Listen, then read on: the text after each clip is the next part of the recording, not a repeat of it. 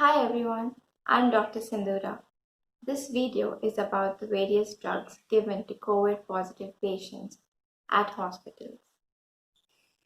Till date, there is no specific vaccine or medication for COVID 19. Treatments done at hospitals mainly aim at relieving symptoms of the patient and decreasing their mortality.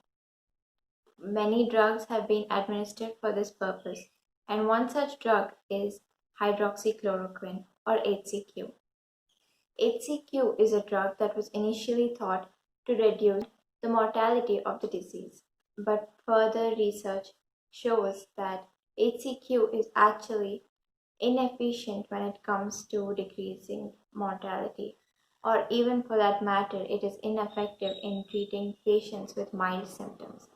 It does not decrease hospitalization time, it does not decrease the viral load, and it most certainly does not decrease the symptom severity. But it brings its own set of side effects. Research has shown that HCQ is effective in reducing the infectivity of COVID 19, which means that this drug can be used as a prophylactic agent for healthcare professionals as well as asymptomatic contacts. Taking the risk-benefit ratio into account, the government has given permission to use hydroxychloroquine or HCQ as a prophylactic agent with a dose of 400 mg twice a day on day 1 and 400 mg once a week for the next 7 weeks.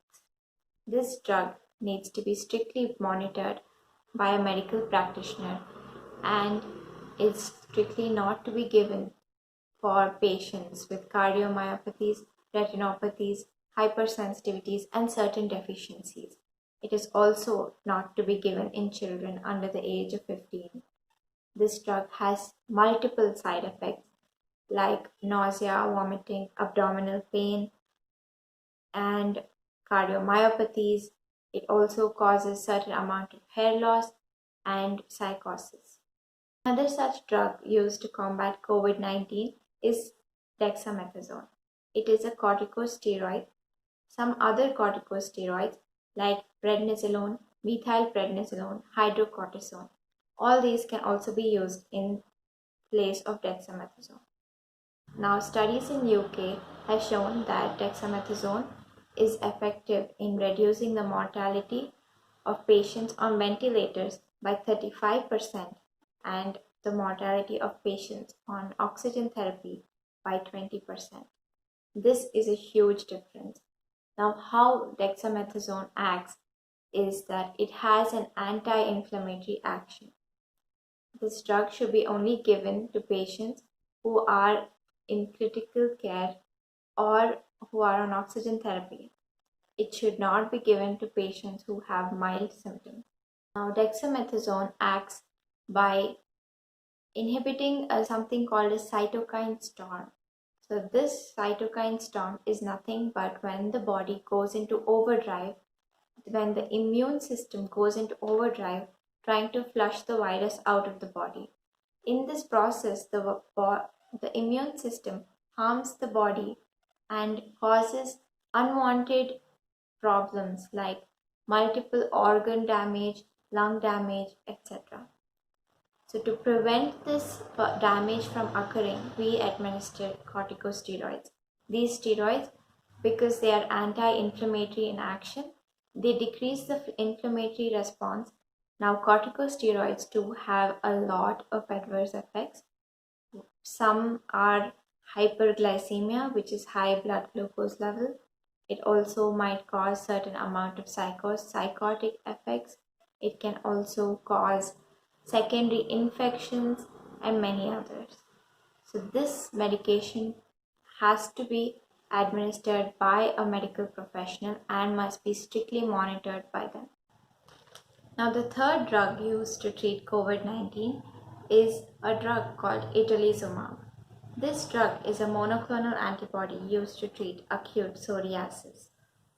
In the treatment of COVID 19, itolizumab is used in the treatment of cytokine release syndrome, which is seen in patients with respiratory distress in COVID. Monoclonal antibodies are nothing but proteins prepared in the lab which mimic the body's own antibodies. These proteins bind to the virus, block it, and destroy it.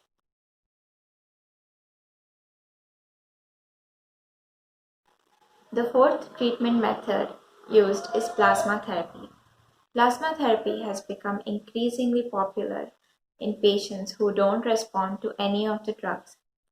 Plasma therapy is when blood is taken from a patient who has already recovered from COVID-19.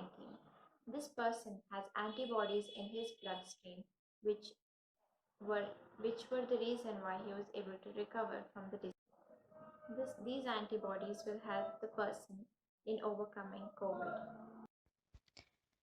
The last group of drugs that I'll be talking about today is antiviral drugs.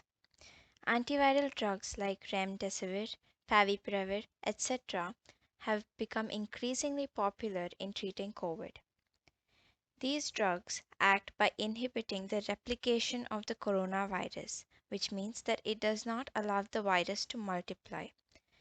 Thus, it shortens the hospitalization by over 4 days on average. In India, remdesivir is manufactured by various labs, for example, Cipla and Hetero Labs, and is being marketed for a price of just 5,000 rupees, which is the lowest globally.